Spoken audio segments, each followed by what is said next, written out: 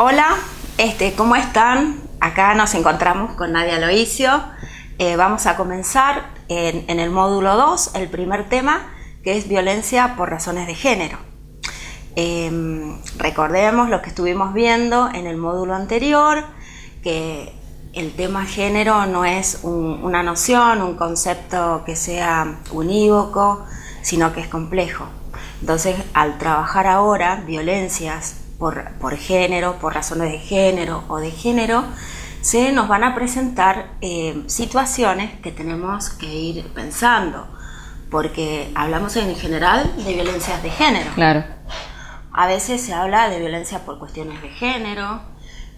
¿Cuál es la terminología? ¿Por qué se utilizan esas frases? ¿Hay alguna correcta? ¿Qué es violencia de género? Hay bastante lectura, sí. Hay bastantes opiniones. Entonces nosotros lo que estamos pensando, Nadia, es que comenzaríamos un poco por las convenciones. ¿Te parece? Sí. ¿Con cuál empezarías? Con la Convención de Belém do Pará, una convención americana. Ella establece que a los efectos de esa convención debe entenderse por violencia contra la mujer, ellos usan violencia contra la mujer, esa expresión, a cualquier conducta o acción basada en su género que cause muerte, daño o sufrimiento físico, sexual o psicológico, tanto en el ámbito público como en el ámbito privado. El Comité de Expertas de la Convención de Belém do Pará agrega a estos tipos de violencia la violencia moral, la violencia simbólica y en algunos casos la violencia femicida. ¿Y qué es la violencia femicida? En algunos países los índices de femicidio son altísimos y dentro de los tipos de violencia el quitarle la vida a la mujer está como una de los más grandes sucesos que ocurren en esos países. Entonces el comité considera que la violencia femicida es un tipo de violencia también, no solamente contra la mujer a la cual se le quita la vida, sino el mensaje que se le da a toda la sociedad donde ocurren estos hechos. Una violencia extrema. Extrema. También podríamos decir que hay elementos de misoginia. Exacto. O, como dicen algunas autoras, el feminicidio. Exacto. Bueno, entonces la Convención de Belém do Pará, clave para empezar, para abrir el panorama de las porque definiciones. Es una de las específicas también de derechos humanos de las mujeres, ¿no? Como dijimos en el módulo 1, es una de las convenciones específicas que hablan sobre violencia contra la mujer, de género, y que tiene muchos estándares para aplicar para combatir el flagelo. Y la otra también es la CEDAW. La CEDAW. Que tiene el nombre largo, que es la Convención para la Eliminación de la Discriminación contra la Mujer, ¿no? Y esa convención, y también la Convención de Belém do Pará, tenemos que interpretarlas no solitas, sino que hay que interpretarlas con las recomendaciones. Exacto. En el caso de la violencia contra las mujeres, la recomendación general número 19 de la CEDAW, que se llama la violencia contra la mujer, es para que se dictan. Y estas se redactan para ampliar las nociones, las conceptualizaciones de la Convención contra la Discriminación y de Belém do Pará. Claro. En este caso, de la discriminación.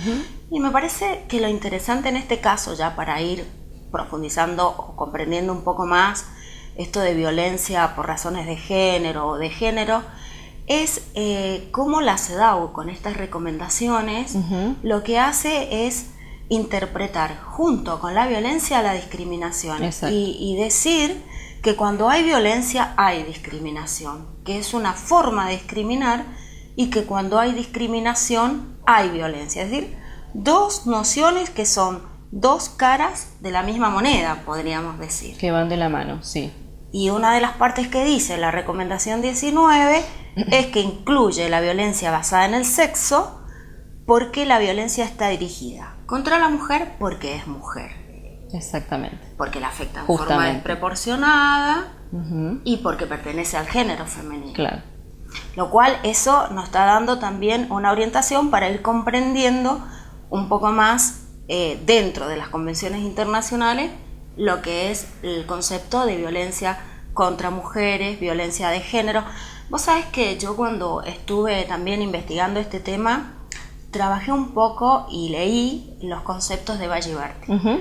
Eva Ghiberti, por ejemplo, no está de acuerdo con la noción violencia de género, No. porque dice que lo recorta. Exacto. Como que oculta a la mujer y recorta también los tipos de violencia, porque nosotros la identificamos, sobre todo, que después lo vas a contar vos, lo vas a explicar, sobre la violencia física, Claro. los golpes. Pero Exacto. hay muchas violencias, como vamos a ver en este módulo, que están en la ley, que los vamos a ir viendo, Sí. y que no hay que recortarlo, porque si nos quedamos con violencia de género, tenemos que tener cuidado de no recortar la noción a un solo tipo de violencia. Exacto. Y también la CEDAW tiene otra recomendación, que es la 35. La número 35 se redacta en el 2017, es nueva. Y esta recomendación se llama violencia por razones de género. Fijémonos cómo Claro. la CEDAW toma esa frase, violencia por razones de género. Y es interesante porque no solamente tiene en cuenta las mujeres adultas, Sí. sino dice que también hay que incluir las niñas. Esto es muy importante porque se producen algunas confusiones a veces. ¿Sí? A la hora de, en las calificaciones, a la hora de denunciar y durante todos los procesos. Solamente se acotaría a las adultas. Se entiende o hay un colectivo imaginario que piensa que es mujer mayor de edad. Entonces sería interesante que también veamos esta recomendación 35 para ir teniendo una comprensión más profunda de lo que son violencia por razones de género, porque la recomendación 35 tiene en cuenta no solamente los actos que producen violencia, sino por omisión. Las omisiones. Cuando nosotros dejamos de hacer algo y eso produce muerte, produce daño físico, psicológico grande en la gente, en las mujeres, en las personas, y también como los factores culturales, religiosos, ideológicos, tecnológicos, políticos, sociales y económicos afectan más a las mujeres por considerarse seres inferiores con relación a los géneros masculinos. Y también, eso es muy importante, Estela, ¿sí? porque las características de los distintos lugares hacen que a las mujeres se las encuentre o se las ponga en un lugar de mayor vulnerabilidad al que ya tienen, dependiendo, como dice esta recomendación, de cuestiones políticas, sociales, geográficas que transita el lugar en sí. No es lo mismo una persona que reside, por ejemplo, en Valle de Uco, mujer, con todo lo que conlleva y las interseccionalidades o las identidades que las atraviesan, que una mujer, por ejemplo, que vive en la ciudad. La vulnerabilidad por ahí es mayor. Tiene menos recursos, que eso también lo que vamos a ir Todo. desarrollando, menos posibilidades de defenderse y de ver que le está pasando, todo nos está influye. pasando por una situación de violencia.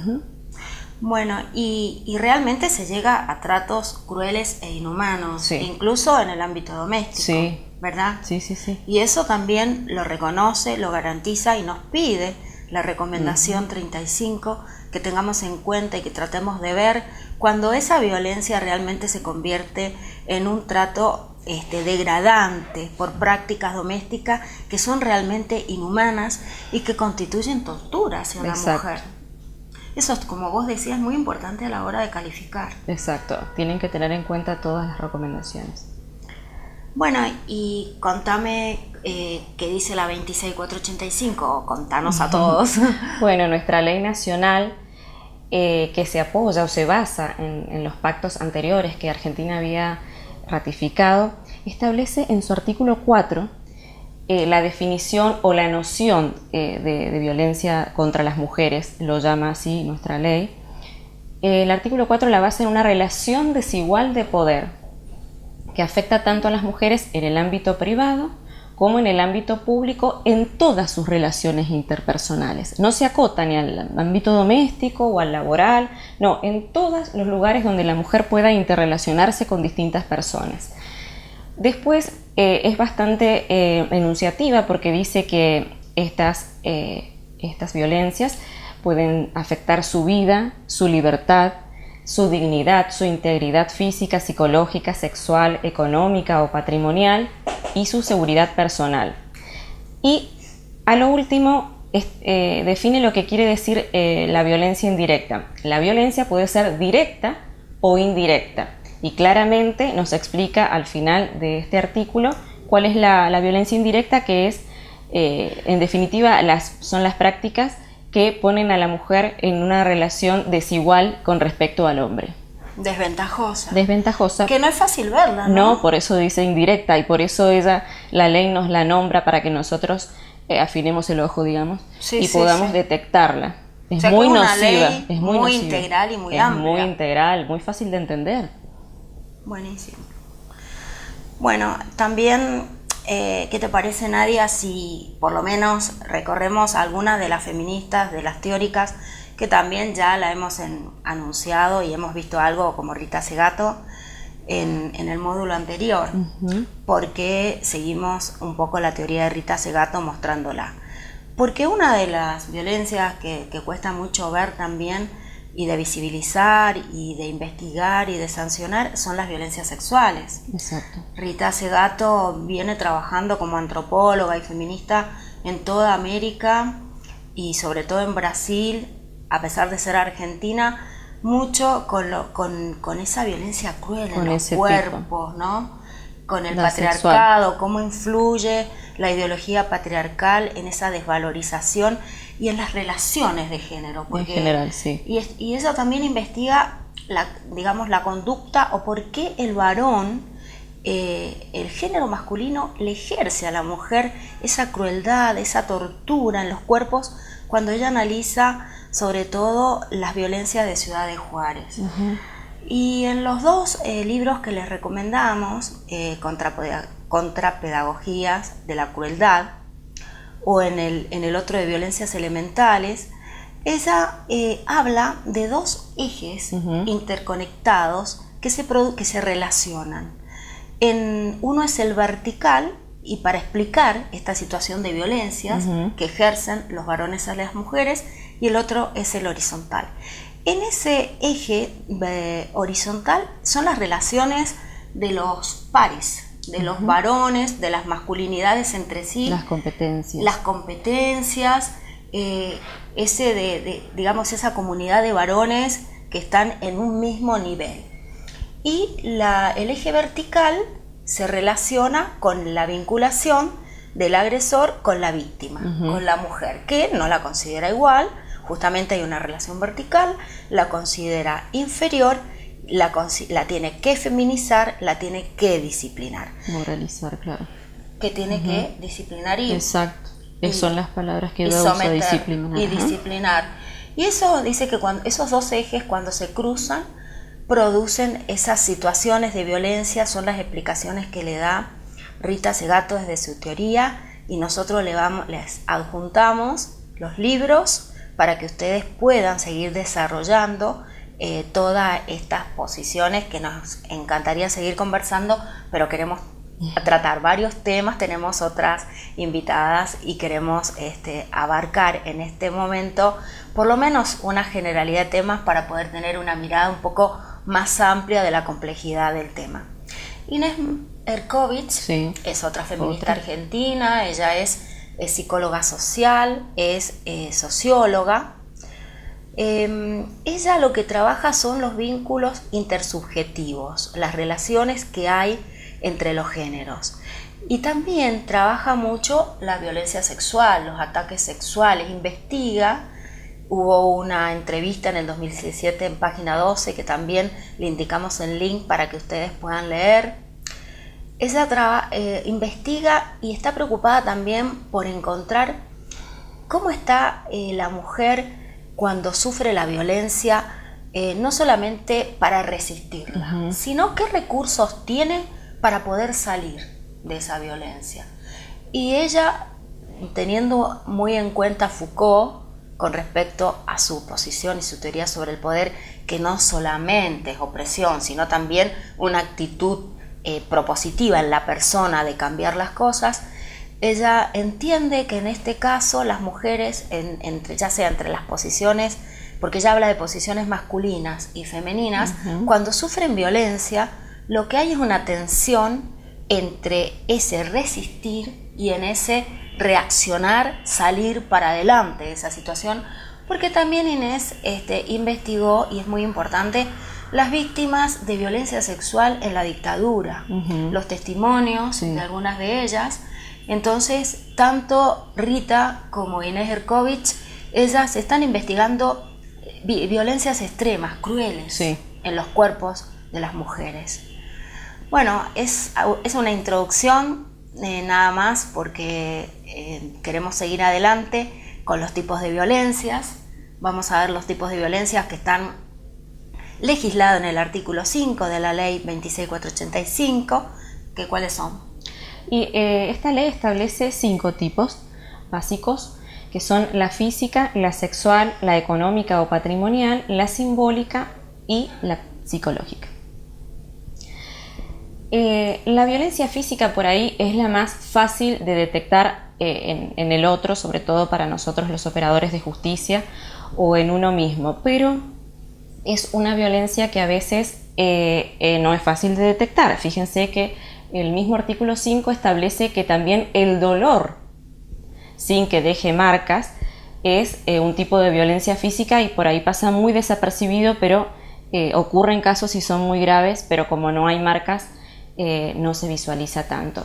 La violencia física va desde los pequeños golpes hasta el femicidio, pasando por todo ese gran espectro de violencias que pueden ocurrir, por ejemplo, como dije, desde un golpe, usando el propio cuerpo, con las manos, pasando por las lesiones que pueden ocasionarle a la mujer con una patada, con una piña, con un puño o con armas, ya sea de fuego, con cuchillos, con palos, con cualquier cosa que tenga a mano el agresor en el momento de la violencia. ¿Y cuáles son las que vos ves más o menos con mayor frecuencia? ¿Con qué elementos? ¿Cuchillos? Por ejemplo, en la zona de Valle de Uco, generalmente el agresor siempre posee un elemento contundente como palos, y se usa muchísimo el tema de los cuchillos. Y por la casa, muchos tienen armas como rifles, bueno, todas las armas que se usan para cazar. Sí, lo que tienen a mano, pero salvo que vayan preparado con algo, ¿no es cierto? Salvo que sea un crimen preparado con anterioridad, que van con otro tipo de armas. Pero sí, en el Valle de Uco se usan las armas, son muy comunes.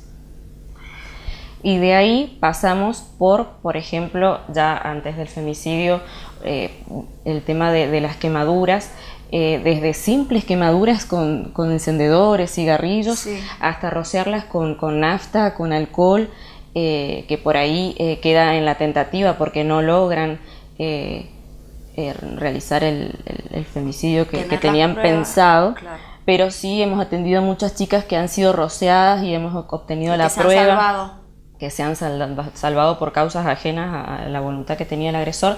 Y por último estadio dentro de las violencias físicas encontramos el femicidio, que es cuando ya les quitan la vida a las mujeres por diferentes, a través de diferentes armas o modalidades. También nombra dentro de los tipos la ley a la violencia psicológica. Ella es muy ejemplificativa, así que es muy fácil para los operadores detectarla a la violencia. Solamente enuncia algunos ejemplos, pero nosotros podemos establecer o captar otros en la mujer cuando viene a pedir ayuda. La ley establece que es aquella, la violencia psicológica, que causa un daño emocional o disminución en la autoestima, perjudica y perturba el pleno desarrollo de la mujer. Y da ejemplos, por ejemplo, cuando el hombre busca degradar, controlar sus acciones, sus comportamientos, sus creencias, las creencias que ella tenía de antes, sus decisiones, mediante amenaza, acoso, hostigamientos, deshonra, humillaciones, descréditos, etc. Lo más común por ahí es el aislamiento, es decir, cuando les hacen cortar sus vínculos con sus amistades o con su familia. Esto es algo muy peligroso porque esa red es la que a ella la va a salvar en un futuro. Claro. Entonces ellos preparan el territorio a través del tiempo, hablándole mal de una amiga, de una madre, le van cortando todos sus vínculos y la van aislando. Y también es muy común que se muden a otros lugares donde la mujer no tenga sus lazos cerca.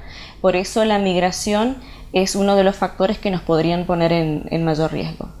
Interesante, ¿sabes? También estaba pensando, Nadia, que vemos cómo el proceso de violencia no se va dando en un acto aislado, sino en todas estas situaciones, cómo se va, digamos, construyendo lamentablemente todo un escenario para que se den las violencias, ¿no? A veces cuando las mujeres, bueno, vos también lo habrás notado, nos empiezan a comentar en su relato cómo ha sido su vida, es en ese momento en donde ellas ven cómo ha sido el panorama de su vida, en donde ellas descubren la trampa en la que se encontraban, y es donde se quiebran en nuestras audiencias, que las tomamos muy generalizadas y con un enfoque de género muy grande. Pero como vos decís, es muy lento el proceso, y a veces dentro del círculo de la violencia es imperceptible. Es como a veces nosotros lo dibujamos como cuando la araña le va tejiendo la tela de red a la mosca hasta que cae y la deja entrampada. Exacto. Es un poco eso, ¿no? Y cuando están entrampadas cuesta es el muchísimo, problema. Cuesta muchísimo salir. Sobre todo si hace mucho tiempo que están. Exacto. Bueno, hay un video también que subimos. Sí. El del ovillo de lana. El del ovillo de lana, precioso. ¿Te parece interesante que lo puedan compartir? Me gustaría que lo puedan ver para que nos demos cuenta de algunas cosas. Bueno, es bastante demostrativo. Es muy demostrativo. Vamos a pasar ahora a la violencia sexual, ¿te parece? Sí. Bueno, la violencia sexual, también la ley acá es muy completa, ha abarcado hasta delitos penales, como el delito de la promoción de la prostitución, pero no sé, que me parece que deberíamos también hablar de los delitos que son menores y que están invisibilizados en la violencia sexual, que muchas veces cuando le preguntamos a las chicas, a las mujeres, bueno, y también ahora a varones, que estamos también atendiendo diversidades sexuales, y decime, ¿te obligan a tener relaciones sexuales cuando hablamos que están en pareja, que están de novio, que conviven, y dudan, ¿no? Y muchas veces sí, no quería, pero sí, me sentí obligada, me sentí obligado. Y también te obligan en alguna modalidad de relacionarte sexualmente, y cuesta, pero sí. Entonces, eso también lo está previendo la ley y lo legisla y lo sanciona, y tenemos la obligación de investigar. Es decir, la violencia sexual va desde poder decidir relacionarnos sexualmente o no, la forma en que nos vamos a relacionar y querer relacionarnos o no sexualmente, y las orientaciones. Es decir, va desde lo menor hasta prohibir, por supuesto, penalmente la promoción de la prostitución, la trata de personas con fines de explotación sexual. Es muy completa el artículo 5, también, ¿no? La violencia sexual es muy amplia, y a veces es verdad que hay algunas cosas que se escapan. También tenemos que tener en cuenta el acoso sexual y el acoso callejero que sufrimos las mujeres a veces. Todo que no eso, está legislado todavía en Mendoza, pero entra dentro de las violencias del sexuales. Artículo 5 también, porque menciona el acoso. Sí, es verdad. ¿Te cuesta a vos también que las chicas, que las mujeres que entrevistás puedan hablar de su violencia sexual? Cuesta que identifiquen los abusos sexuales dentro de la pareja, dentro del matrimonio.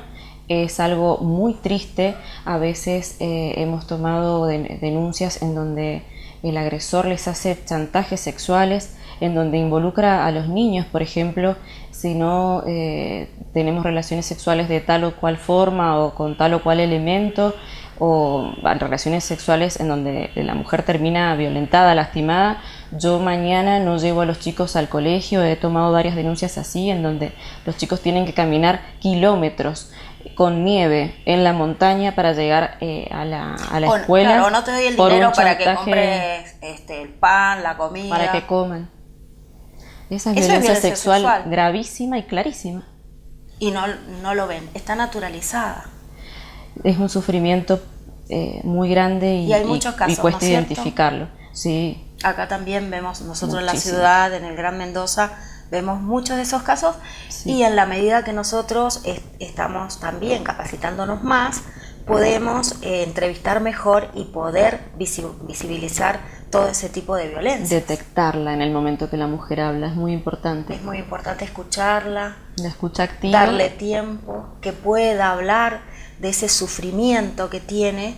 Eso es muy importante y es otro tema que en otro curso vamos a trabajar también y vamos a profundizar de cómo tenemos que entrevistar y cómo tenemos que comprender y ponernos en el lugar de la otra, y esa empatía que hay que tener para poder comprender ese sufrimiento, porque si no, no podemos buscar las pruebas, no podemos investigar y no podemos tampoco buscar medios y estrategias para eliminar este tipo de violencia. Bueno, pasamos a otra. Otro tipo de violencia, como les decía recién, es la económica y patrimonial, que no son lo mismo. Muchos las confunden, pero claramente están diferenciadas. Por ejemplo, la económica es la violencia económica doméstica diaria, más en menor escala, digamos. Por ejemplo, la destrucción de elementos. Tomamos a diario la destrucción de los celulares de las mujeres, que es algo... Es lo primero que le rompen. Es lo primero que le rompen, es muy grave porque es la forma que ellas tienen para comunicarse por ellas mismas y por sus niños o por sus bebés. Entonces, lo primero que hacen es dejarlas incomunicadas, y fíjense que es muy difícil volver a conseguir otro celular y perdemos por ahí el contacto con las mujeres por culpa de estas destrucciones. Y si me permitís, Nadia, también muchas veces cuando son citadas y no las encuentran, es porque ya no tienen el celular. Se los rompen, se los venden, se los esconden, se los destruyen. Sistemáticamente se compran otro y vuelven a romperlo. El control y el manejo de los ingresos propios de la mujer, de su trabajo, es violencia. Es violencia, les controlan en los gastos, no dejan que su sueldo pueda ser utilizado para cosas que ellas quieren, sino que tienen que con eso mantener todos los gastos, y son ellos los que a veces les retasean su propio sueldo a la mujer que se lo gana. Esta es la violencia económica en términos generales. Y la patrimonial es la macro, a mayor escala, es la que afecta directamente el patrimonio que tiene la mujer, las cosas que va consiguiendo o las cosas y los bienes con las que ella llega a la pareja o llega al matrimonio, sus cosas por herencia, se las van destruyendo, despilfarrando. O la propiedad de una casa. O las defraudaciones que van haciendo para que luego, ante una posible división de bienes, no se encuentren los bienes conyugales. Toda esa es la violencia patrimonial, netamente. Que está muy bien distinguida en la ley y que tenemos que tenerla en cuenta, porque también es otra de las violencias poco vistas, poco preguntadas y poco investigadas. Y muy dañinas para una mujer. Y muy dañina también. Es muy triste, sí. Pasamos a la ley, como decía Nadia, menciona básicamente 5, pero pueden haber otras. Es decir, la ley no es restringida, menciona como última la simbólica, que la hemos estado viendo en el foro de debate y en el primer módulo. Han trabajado ustedes excelente, con ejemplos muy claros, con aportes, la verdad, muy enriquecedores para nosotros y nosotras, que nos han hecho y nos hacen pensar muchísimo. Así que directamente le decimos que está también prevista en el artículo 5, y solamente nosotros vamos a agregar algún video más para que vean, pero ya con todos los aportes que hicieron hay muchísimo, y algún concepto, por ejemplo, de Rita Ralph Phillips, y cómo también esta violencia simbólica la encontramos en los mensajes y en los videojuegos, cómo se cosifica a la mujer, cómo se ve como lo inferior a lo que hay muchas veces que derribar, que hay que sortear ese obstáculo. Entonces, ¿qué posición en los videojuegos ocupa hoy el género femenino? Eso es importante verlo, y también para descubrir esos tipos de violencia y poder protegerlas cuando nos vienen a pedir ayuda, asesoramiento, intervención. ¿Querés agregar algo más de la simbólica? No, lo que decías, quería destacar lo que dijiste sobre los videojuegos. Pensemos que los niños y las niñas son los que ocupan, también los adultos, pero en la edad de formación los que están jugando a esos juegos son niños y niñas y se están formando con esa idea de destrucción a la mujer o al otro género o esa naturalización de la violencia, y es muy grave porque entonces es de nunca acabar este tema de luchar contra el flagelo. Se reproducen los estereotipos en la crianza, en los videojuegos y con estas herramientas nuevas tecnológicas que tenemos que tener en cuenta. Entonces luchamos contra un monstruo. Y llevamos 2018 años, por lo menos. Bueno, vamos a pasar ahora al artículo 6 de la ley 26.485, que habla de las modalidades de violencia contra mujeres, que son... Las modalidades son los ámbitos donde pueden darse los tipos que vimos recién, Estela. También no es enunciativa, simplemente dice que la violencia puede darse en el ámbito laboral, en el ámbito doméstico, en el ámbito de los medios de comunicación, en el ámbito institucional, en el ámbito obstétrico, que ya enseguida lo vamos a explicar, y en la libertad reproductiva podemos ver las violencias reflejadas. Bueno, vamos a hacer un pasaje o un tour rápido por estas modalidades, porque también tienen el documento en el cual están más explicadas, pero por lo menos vamos a tratarlas en este video. Vamos a tratar un poco estas modalidades, como dice Nadia, que en cada ámbito se dan todos esos tipos de violencias que vimos recién. Por ejemplo, la violencia doméstica, que está en el primer inciso del artículo 6, que le recomendamos que ustedes, cuando vayan analizando y vayan reflexionando sobre los tipos de violencia, también tengan en paralelo el decreto 1011 del 2010, que reglamenta la 26.485 y reglamenta todas las modalidades y los tipos de violencia y completa las definiciones y las ejemplifica.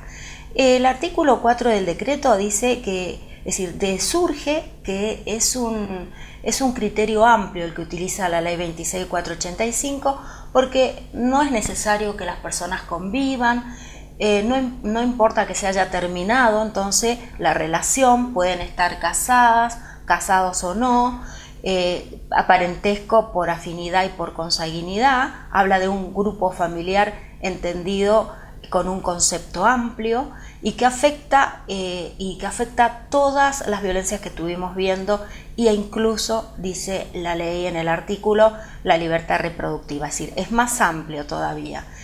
En el tema de la violencia doméstica, entonces, es importante también tener en cuenta que se produce tanto en el ámbito privado, es decir, dentro del ámbito del hogar, de la casa, como en el ámbito público.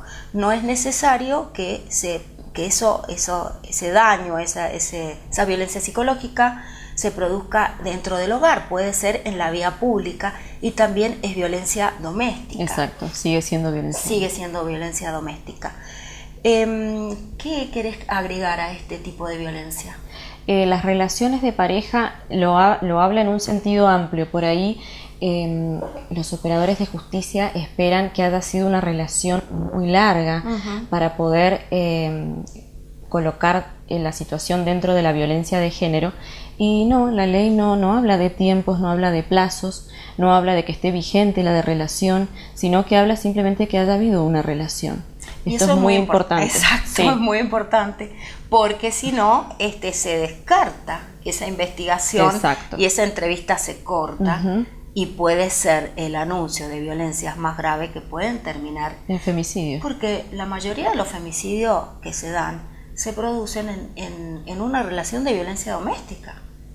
Exacto. Ese es el comienzo. Sí. ¿Verdad? En la mayoría. Sí, la mayoría son parejas o exparejas. Después sí tenemos de todo. Esas son las estadísticas. Padres, suegros, hermanos, pero la mayoría son parejas o exparejas.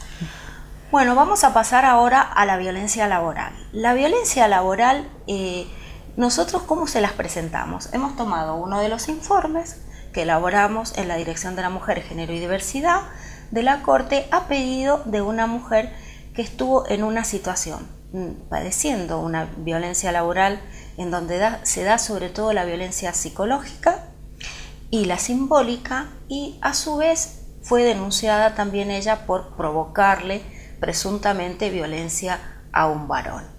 Esa persona nos viene a pedir ayuda, que la asesoremos, y entonces en ese informe que elaboramos a su pedido al organismo donde ella presta funciones o se desempeña laboralmente, ¿qué hemos tenido en cuenta? Hemos tenido en cuenta el artículo 6 de la ley 26485, también hemos interpretado el decreto reglamentario y la CEDAW y también la Convención de Belém do Pará y otros aspectos de Naciones Unidas, otros aportes que les invitamos que lo lean en ese informe que hemos transcripto, en el cual lo que se tiene en cuenta también de la CEDAW es el artículo 5, que habla de los estereotipos, que lo hemos estado viendo en el módulo 1 con los ejemplos, pero es interesante que ustedes vean ese artículo, el artículo 5, inciso A, donde habla define, digamos, lo que son los estereotipos y cómo hay que eliminarlos y hay que erradicarlos. Es decir, expresamente la CEDAW lo contempla. También otro de los ejemplos que nosotros incorporamos en el caso de violencia laboral es un fallo de la Cámara de Apelaciones del Trabajo reciente, de hace un mes aproximadamente. En ese caso lo que se aborda es la discriminación laboral. ¿Cuándo hay discriminación? Cuando se descalifica en los ascensos, en el acceso al ámbito laboral por el género femenino. En este caso eran empresas de transporte en el cual se resuelve a favor de la mujer y además la Cámara dicta, le pide a las empresas que elaboren un protocolo de buenas prácticas. Eso es muy interesante porque además das las pautas, es decir, las empresas tienen que cambiar la forma en que hacen los anuncios laborales, como estuvimos viendo en el módulo 1, es decir, tienen que cambiar la forma, es decir, por una resolución judicial se le ordena a las empresas de transporte que modifiquen cómo van a anunciar las convocatorias laborales. Y además, si hay en igualdad de condiciones varones y mujeres, que tienen que tomar a la subcategoría menos incorporada a la empresa, lo cual estamos hablando también este voto de esta Cámara muy interesante de una paridad al momento de acceder a los trabajos, que es otro de los temas que nos preocupaba y que estábamos viendo en el módulo 1, que es una discriminación en igualdad de condiciones, seleccionar al sexo o al género masculino y no al femenino en igualdad de condiciones.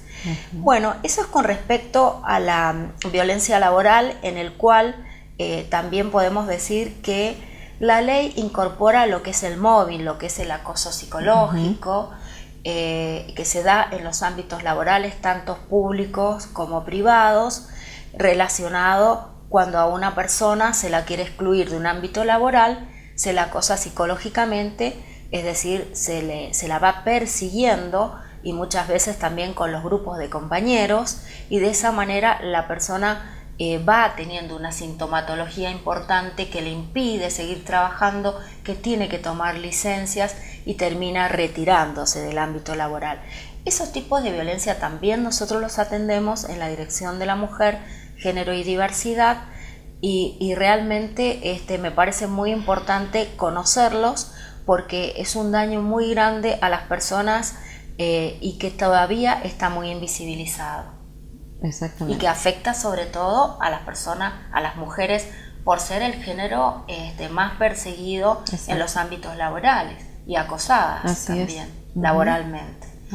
Bueno, vamos a pasar a otra modalidad de violencia, que es la institucional. La institucional. Es una violencia que la vemos a diario nosotros. Es aquella ejercida por los funcionarios o los profesionales o agentes que trabajan en distintas instituciones u organismos estatales. Y a través de sus prácticas lo que hacen es retardar o impedir que se puedan efectuar las políticas públicas que establece esta ley, que es la 26485, y también que se retarde o que no se puedan llevar a cabo los derechos reconocidos por esta ley. Por ejemplo, lo que nos pasa en las comisarías o en los hospitales públicos, todos los maltratos hacia la mujer, las discriminaciones, la falta o todo lo que nos cuesta llegar a que se reconozcan estos derechos y a que se cumplan, que ya están reconocidos en esta ley, la 26485. Y otra de las modalidades de violencias que tenemos y que también es gravísima es la violencia obstétrica, que es la que ejerce el personal de la salud tanto en el ámbito público como en el ámbito de la salud privada, sobre el cuerpo y sobre los procesos reproductivos de las mujeres. En esto toma mucho protagonismo la ley de parto humanizado, la 25929, la cual establece, entre tantas cosas, que la mujer que se encuentra cursando un embarazo o se encuentra cursando el preparto, el parto o el posparto, es decir, el puerperio, debe ser respetada en sus derechos, debe ser siempre informada sobre los procesos médicos que se le van a efectuar y si hay alguna posibilidad de optar acerca del proceso médico que van a utilizar con nuestros cuerpos o con nuestro bebé o nuestra beba. Si hay esta posibilidad de optar, bueno, nos deben dar la posibilidad de elegir a nosotras cuál es el proceso que queremos nosotros que utilicen en nuestro cuerpo. También habla del tema de tener al niño recién nacido o a la niña con las mujeres que acaban de parir, que se encuentre junto a ella, que es un derecho muy vulnerado, salvo que el niño necesite, bueno, cuidados especiales. El trato durante los procesos, la intimidad, la privacidad del niño y de la mamá que deben tener durante el parto, durante el preparto, y habla sobre todo y como norma del parto natural, de la no patologización de esos procesos, del no uso de medicamentos que no sean necesarios por un tema de salud de la mamá o del niño, y de respetar los procesos psicológicos y biológicos para que pueda producirse el parto natural. No apurarlo el profesional porque está apurado, es decir, tener en cuenta a la mujer y no sus necesidades profesionales. Exacto, sus espacios biológicos y psicológicos, su preparación, eso es muy importante, así que los invitamos a leer la ley, que es muy corta, muy concisa y muy importante. Bueno, vamos a continuar con la violencia contra la libertad reproductiva, que está bastante vinculada en realidad. Exacto. Todas las violencias están vinculadas, no se dan solas, se dan muchas veces combinadas, los tipos y las modalidades. Pero en el caso de la libertad reproductiva, que merece también bastante atención, me interesaría recordar por lo menos lo que dice Alda Facio, que los derechos reproductivos son derechos humanos, y sobre todo en tiempos de mucho debate y de agitados debates que tenemos en la Argentina con relación al tema de la interrupción legal del embarazo.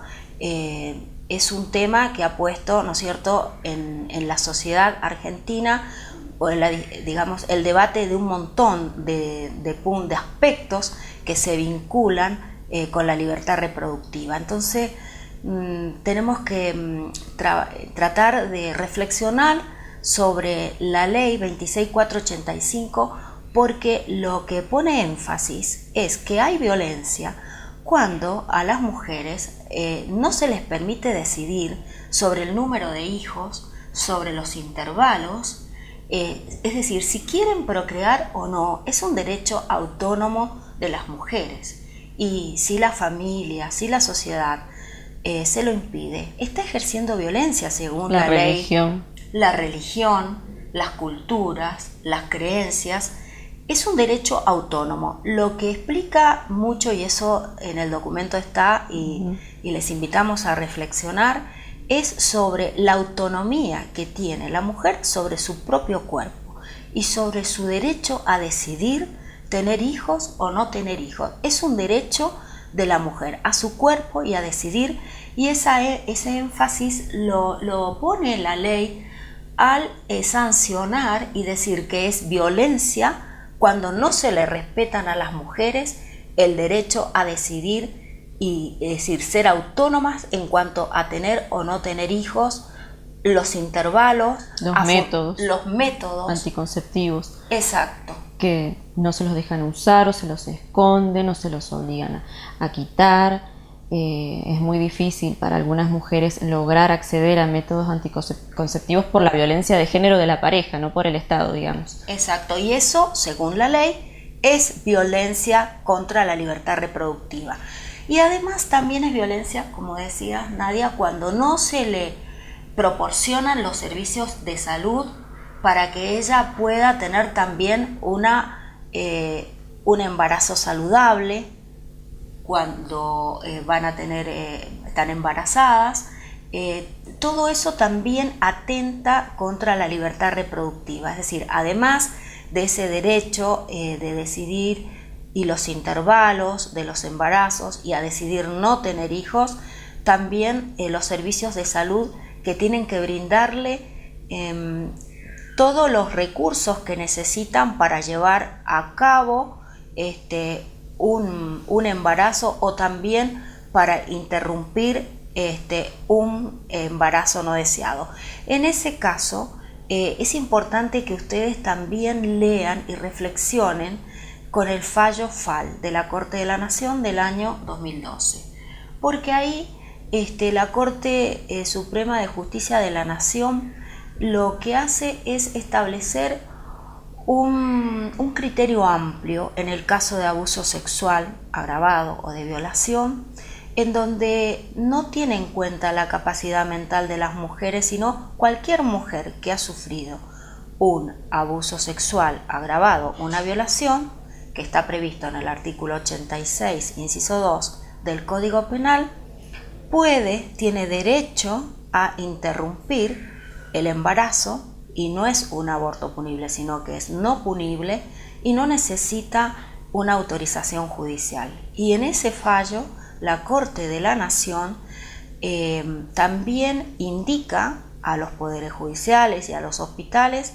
a los poderes judiciales a que prevean todas estas situaciones y no obstaculicen el proceso de la mujer para poder interrumpir ese embarazo. Y a los hospitales a tener protocolos hospitalarios operativos, dice la Corte de la Nación, para que se le pueda brindar una atención integral a la mujer en esa situación que ha sufrido una violación y que es su decisión interrumpir ese embarazo. Ese derecho lo tiene y está también explicado en el fallo FAL, que está también incorporado dentro de las lecturas complementarias.